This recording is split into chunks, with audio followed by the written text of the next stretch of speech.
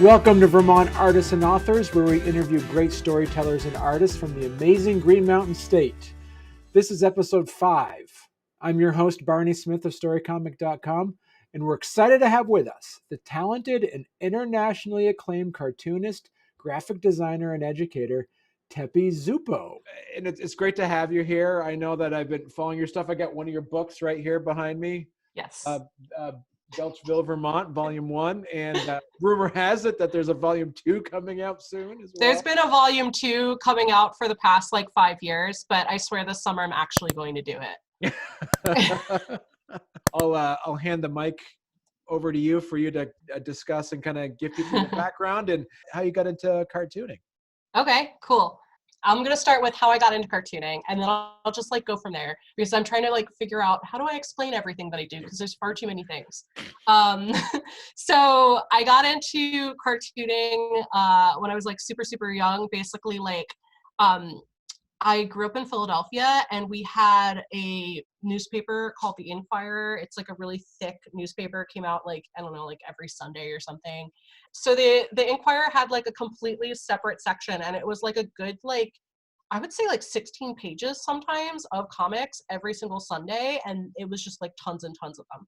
So I would when I was super young, collect all of those, and I would stick them inside of each other until I had a basically newspaper this fat, newspaper book of just funny page comics that I would keep in my room.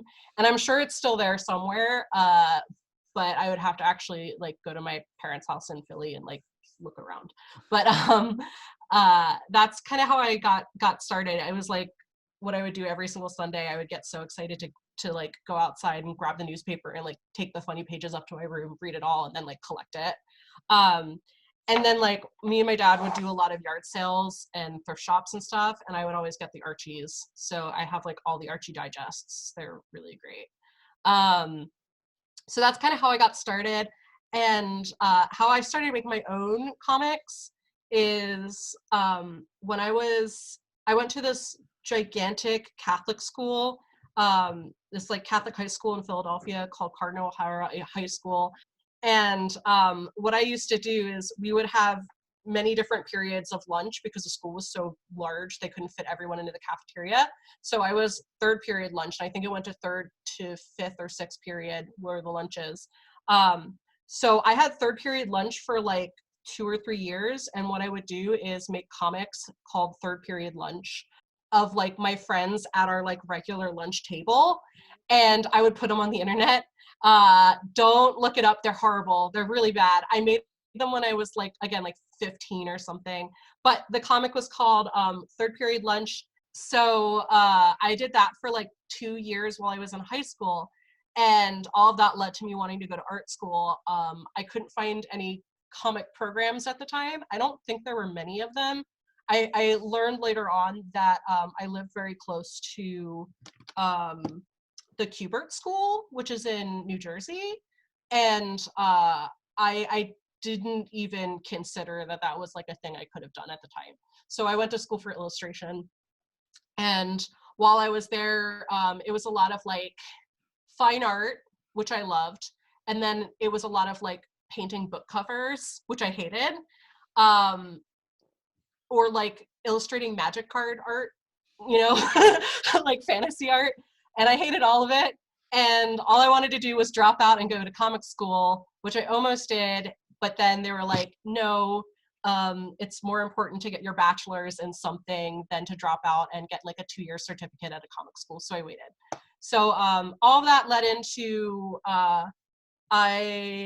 while I was right after I graduated, I was reading a bunch of comics, as I do. I got really into graphic novels, especially autobiographical graphic novels. So I was super into Lucy Knisley and Erica Moen and just a lot. James Kachaka, I was super obsessed with at that point.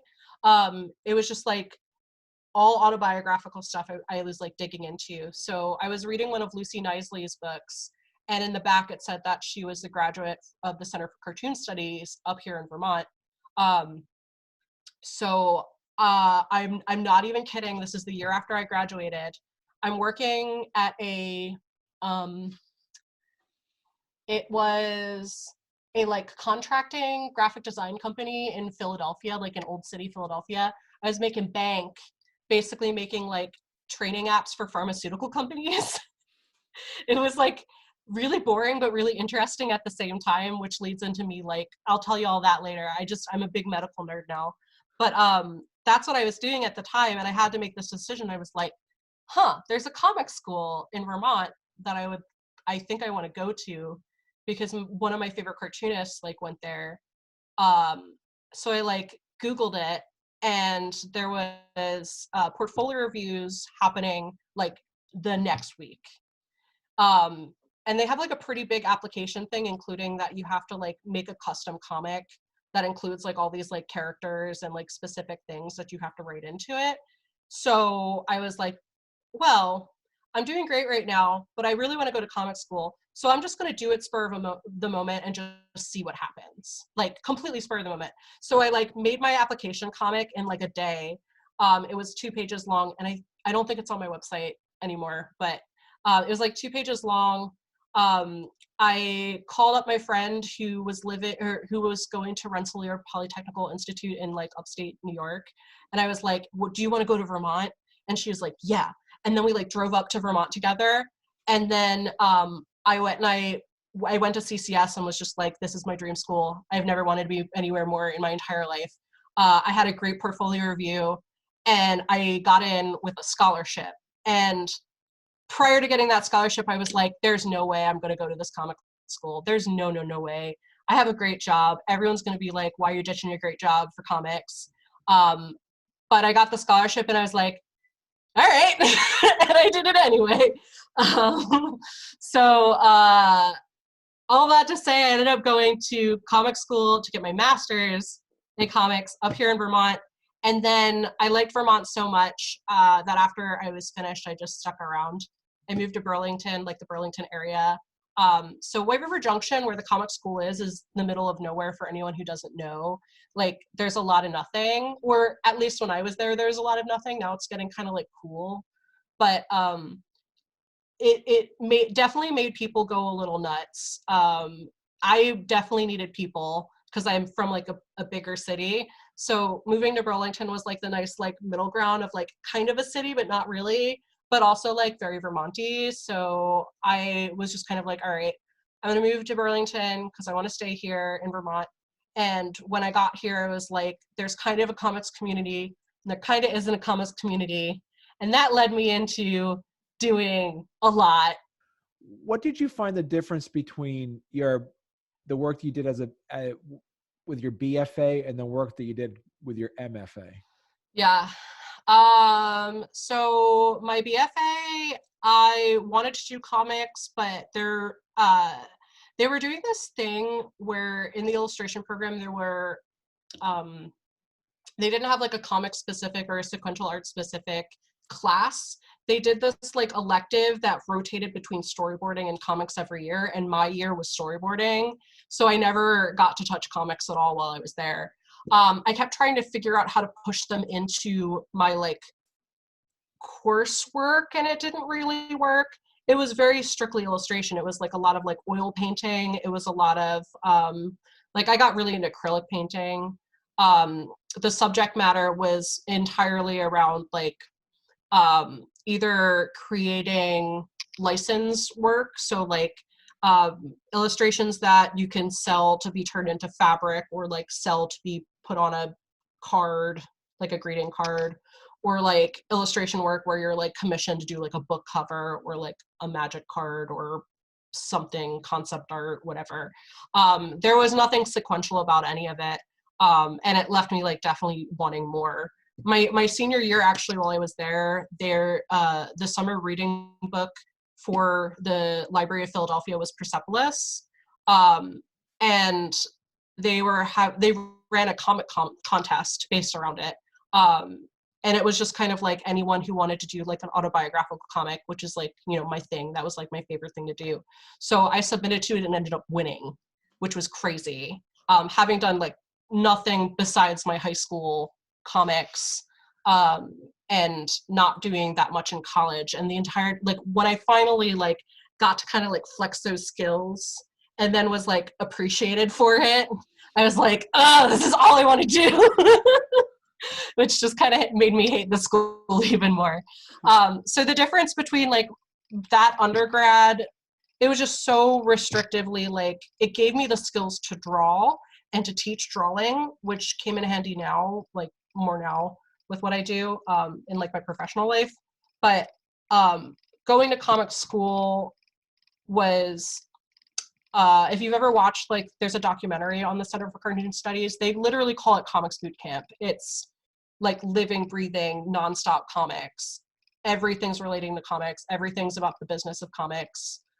And I just kind of like dove in. It's a 2-year program. They do 2-year certificates and then the MFA for anyone who already has a bachelor's. And that's it. They don't teach anything else. It's just comics. You get a lot of really fantastic professional experience while you're there. They really teach like the business of comics and how to succeed, and they talk like agents and book deals and contracts, and it's a wonderful program. And it was exactly what I was looking for that entire time, like my 4 years prior. That said, I feel like I wouldn't have gotten as much out of it if I didn't have those like 4 years of just learning how to draw really well. So, you know, it was worth it. Talk a little bit more also on this next chapter of, you know, being in Vermont, and Yeah. you have all these great projects that you're working on. You want to talk a little bit about those? Okay, yeah. So Philadelphia had a pretty big comics community, and it was really well established. There was a comics newspaper there called Secret Prison, I believe was it what it was called, that I based another project, Lady Broad Ledger, off of. They had a lot of conventions, a lot of zine fests. They had like these collectives and communities all based around comics. People were doing some really amazing work.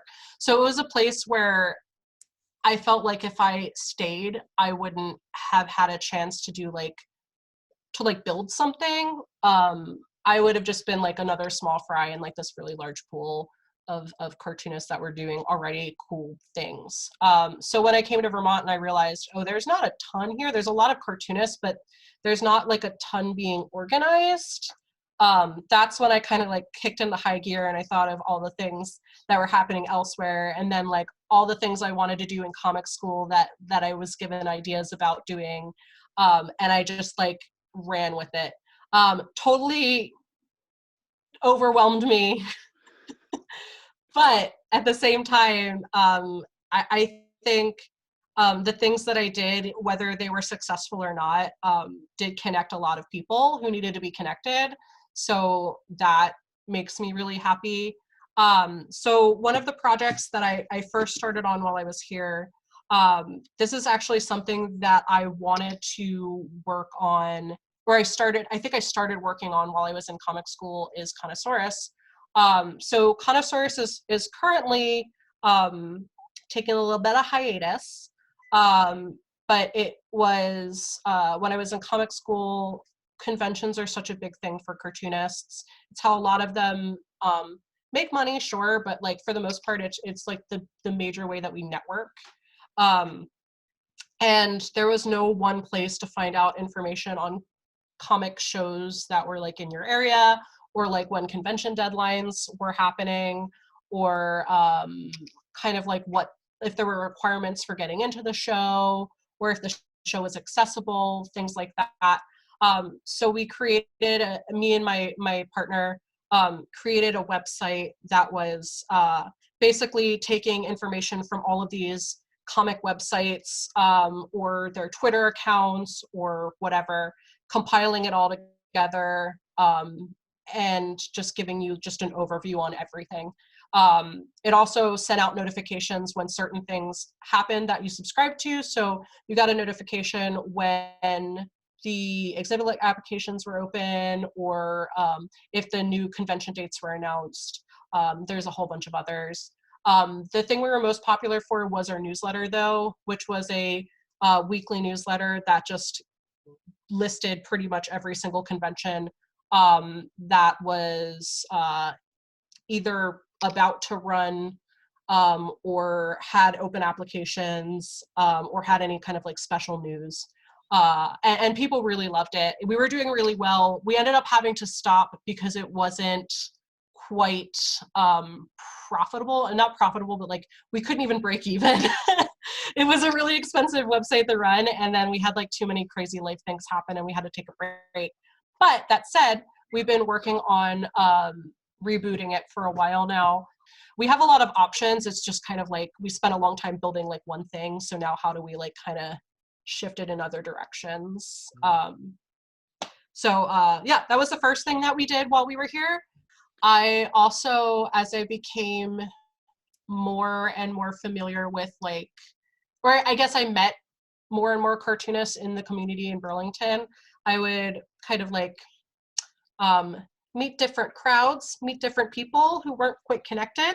I met a lot of like femme identifying cartoonists. A whole bunch of us were hanging out.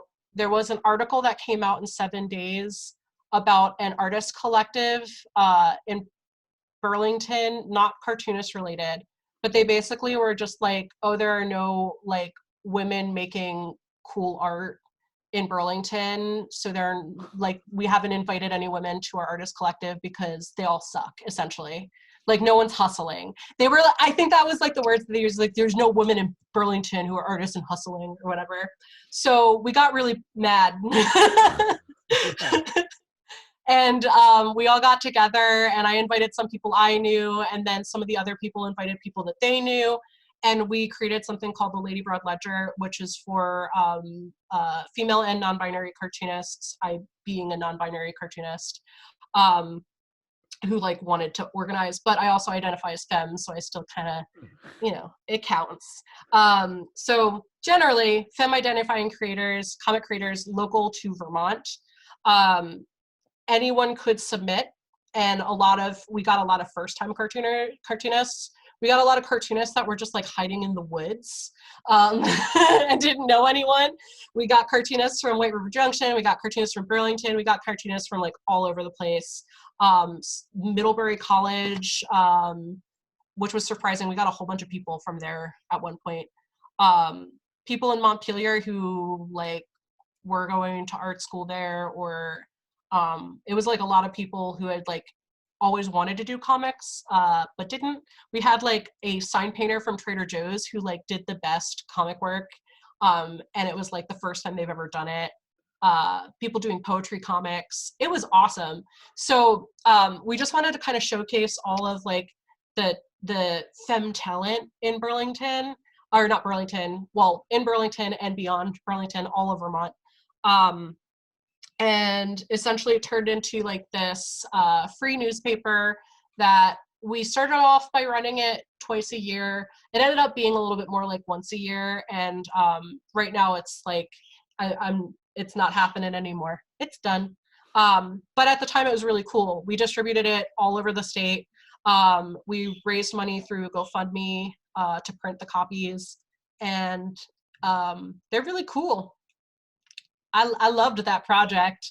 I met a lot of great people from it, and again, like the community started making these connections. We would run events and people would start meeting in person. It was a good experience. So I would say that's kind of like the most like the biggest Vermonty thing I think I've done since being up here. And then the most recent thing was Words and Pictures, which is it was based off of a community print shop that I used to go to, or I found out about and then like visited once or twice.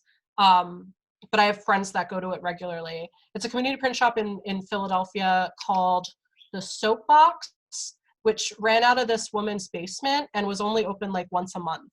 But you could go there and they had like a zine library, and they had like bookmaking classes. They had screen printing, letterpress in the basement, and some other like printmaking methods. it was a really cool place. And I like the idea that like this like resource that was really affordable was available to people who were like uh what do you call it? Living out in like North Philly, with maybe not like access to like a copy machine and like all the art materials that they could want to make like, you know, art or whatever, posters, pamphlets, zines to like distribute out. So what we ended up doing is I got together with like some of the people that I was working on Lady Broad, and I was like kind of pitching like, we really need a space where like people can print things and make books and learn how to do this up here in Vermont.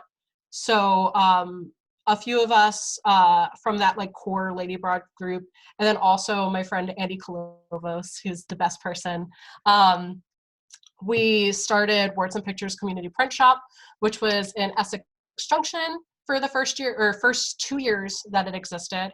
And basically we DIY built a printmaking studio. We found like 2 copy machines on like Craigslist for like free or cheap. I crowdfunded everything else. There was a Kickstarter, which we were able to buy a lot of our teaching materials. We were able to get like a wash tub sink in the bathroom so we could like spray out our screens. Like it was kind of wild. It was all DIY'd, like cheap, down and dirty stuff that we brought together and made a really functional, very cool print shop. I taught a lot of workshops out of there. I taught like printmaking workshops. I taught workshops on how to use like InDesign. We did like a book release party there with Danielle Corzetto, who wrote Girls with Slingshots. I have the book back there. It's really big. I was just trying to do like as many cool like comic centric, yes, but also like just generally printmaking. And yeah, I don't know. It was like, it was a fun little like space, kind of like, it was like a generally like an art space. And we were there for 2 years, and then we had to move, and now it is in a secret spot. But the number one thing was accessibility. Like the space wasn't very accessible and the building was kind of funky. So we had to move it at the end of our lease, and now it is being used by a lot of the people that I originally intended it to be used. It's a lot of like people who wouldn't afford to print, like bulk print a lot of work, or like commission a print shop to do a bunch of stuff. It has a lot of nonprofit use and like community organizer use right now, I guess. For our readers and listeners out there, that you mentioned the word zine a couple times. Do you want to kind of explain yeah. what a zine is?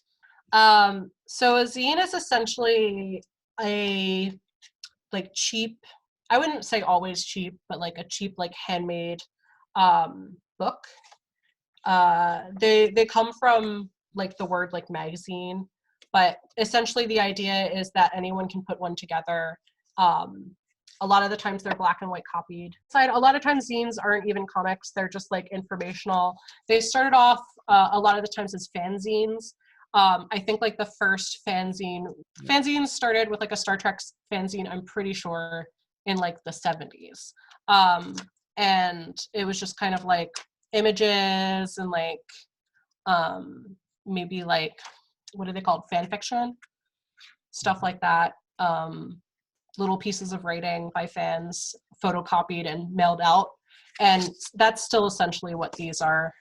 Now they're sold at like comic shows or zine fests, which is a lot of zinesters coming together and showing off, selling all their work, or giving it away for free.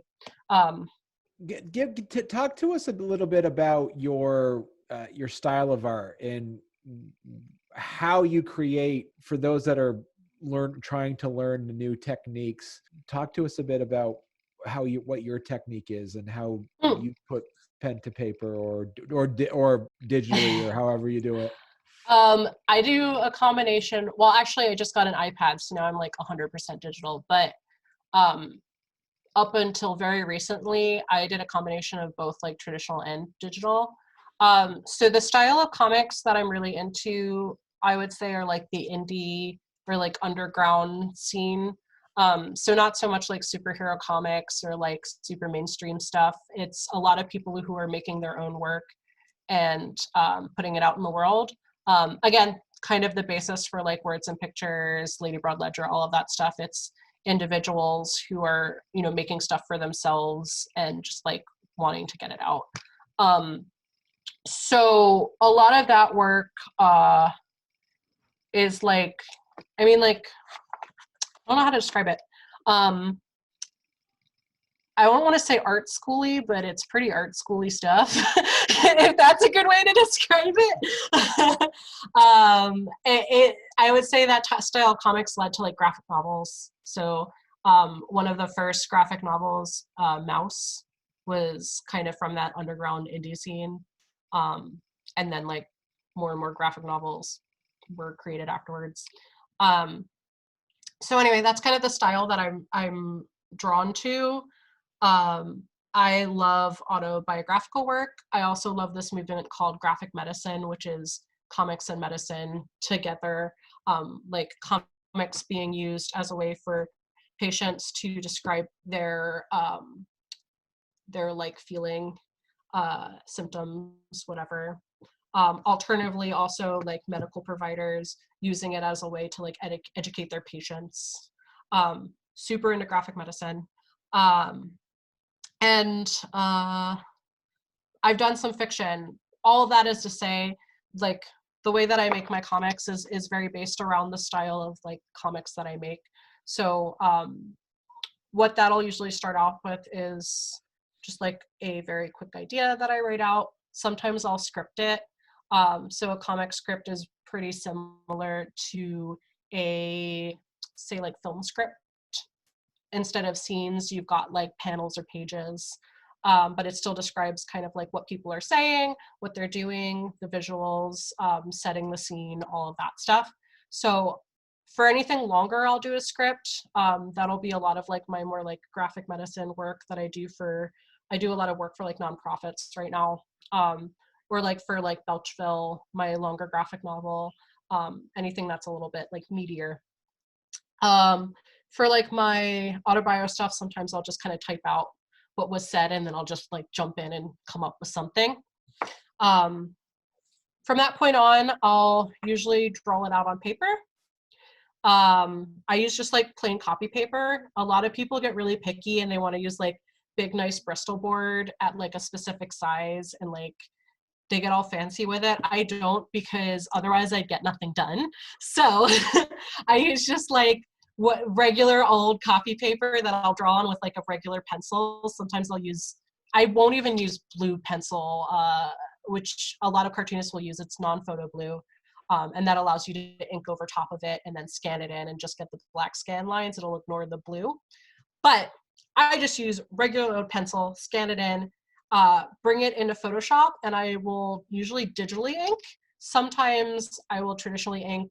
My favorite pens are the Pentel Pocket Brush pen and the Zebra brush pens. They're wonderful. You can get them from jetpens.com. Highly recommend.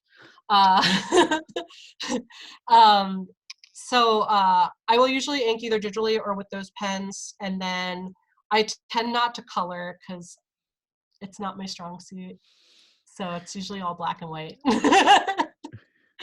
But yeah, I would say I'm in line with a lot of people who do indie work, in part because I primarily, if I'm not working for a business, I self-publish all of my own stuff. So how do you do that through self-publishing? Is there like a place online that you would go through, or? You can perfect bind your own books, but if you need perfect binding on a small scale, so anywhere between 150 and 500, RA Comics Direct is the place to do it. In my opinion, I love them. If you want to go for 500 copies and over, the Belchville book that you have back there, That one was done by Print Ninja, who is a wonderful, again, another wonderful publisher, not publisher, printer. And the like cons of using them, like they get their books printed in China, which it's kind of hard to find a printer that won't do that, who will do a run that large. But because you're buying a run that large, the books are really, really cheap to print. And because you're putting thousands of dollars in for like a whole bunch of them, but you'll come out with a book that's maybe like $2 to $5 per or whatever. They also have a lot of customization options. Like you could get slip covers. You can get, I've got like a shiny UV on my cover. They can do like embossing and like metallics and stuff. They're a really wonderful really wonderful printer. But again, that's for like large runs of books. Yeah, it's a gorgeous book. It is. Thank you. Yeah.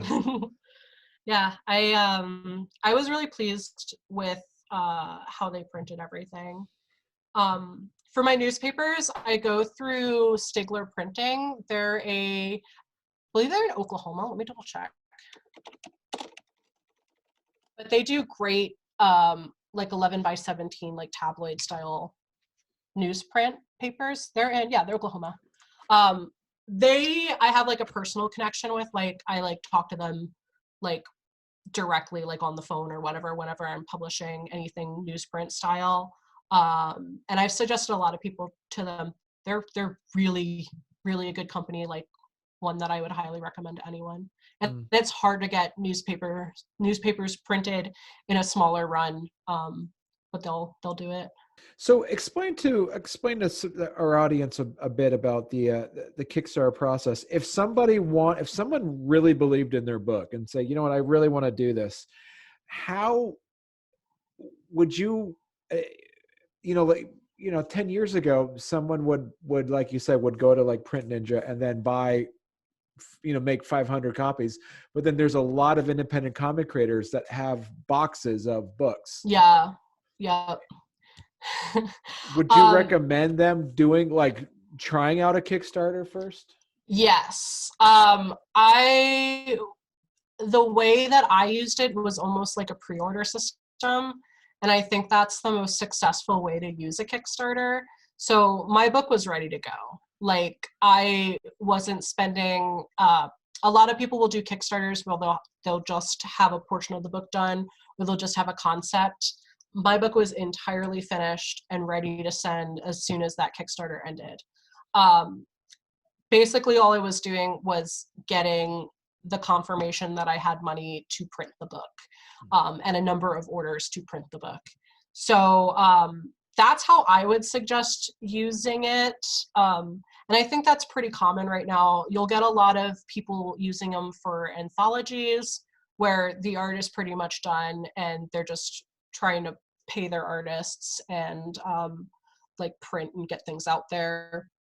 You'll get it a lot for like omnibuses for like say webcomics, like things that are already finished, and then just need to be packaged together in like a pleasing way. I think that's a good way to go. I think running a Kickstarter without having the thing finished is very dangerous. And I would not suggest it. I made that mistake a little bit when I was kickstarting Words and Pictures, and I had a lot of art that I needed to print. So I had a bunch of hand-printed rewards, and then printing the rewards and getting them out on time was very, very hard, very hard. So I'm all about like get the thing done, get it ready to print, and then run your Kickstarter. Use it like pre-orders, so you know exactly how many you are like how many people want. You'll get a few extra yourself. It'll cover all your costs, and you'll be good. Yeah. So we talked earlier. You're excited about your present projects that you've been working on. You want to tell the audience a bit about what you're working on now? Yeah. I'm just gonna say like what my day job is, because if people are hearing me getting a little like here's some resources, whatever, it's because I'm a comics professor. So I'm a professor as my day job, and that's what I do. I like to teach comics. I do some like comics consulting work. So it'll be like, if someone wants to run a Kickstarter for their comic or they want to pitch their graphic novel, I've gotten people to come to me and then I'll just kind of tell them what to do. Anywhere from how do I start a comic to like, how do I find an agent and publish it and whatever. So I do all that stuff, but, and I teach. What I'm starting to get into now when I'm not teaching is like what I'm super, super, super excited about. And that is, I've always worked a lot with nonprofits. I think I've just like naturally leaned towards like the medical side after a little while. And right now I'm working with Vermont Cares, which is like an HIV testing, awareness, education nonprofit in Burlington. And I'm also working with, they're called Mosaic, but I can't remember what like the old name was, like a sexual violence like resource center. They're called Mosaic and they're in Montpelier now. But anyway, I'm working with all of them to create resources on the graphic medicine end. So taking comics and using it as a way to educate people about, say, like harm reduction or different STIs, different ways of testing. If you were to say go into a Planned Parenthood and you look on their wall of brochures, it's just like these brochures that are just like words. They're like super not interesting. It's just like a ton of text and it's really hard to understand. So we're taking that stuff and basically trying to get it down to like, say, like a 4th grade reading level with like lots of like fun images and being something that people will actually pick up. We're also hoping to like maybe do like a harm reduction book. We're working on, right now I'm working on a zine, like a pamphlet, 3-fold zine brochure, whatever you want to call it, on PrEP, which is the HIV like prevention medication that you can teach, or that you can take. It's been really fun. And it's, again, like, it's just that graphic medicine thing that gets me like super excited because I'm a medical nerd. And then on top of that, like I get to like draw all this fun stuff and make it easy to understand. And it's just, I've been so pumped about it. And it's kind of like what I want to really focus on for a lot longer. Like my goal is to eventually go and get my PhD in like graphic medicine if I can, and like actually go to med school. I think it would be a really interesting experience. Tell a little bit about the audience of where they can find, if they want they want to learn more, other than going to Drunk Duck and looking up for. Oh yeah, please don't. I don't want to. No, that's not what I want to push. No. I have a website. It's stephaniezuppo.com, and I have a lot of comics on it, like free to read stuff. But yeah, most of my comics are for free anyway, so go read them on the internet. Like, go look me up.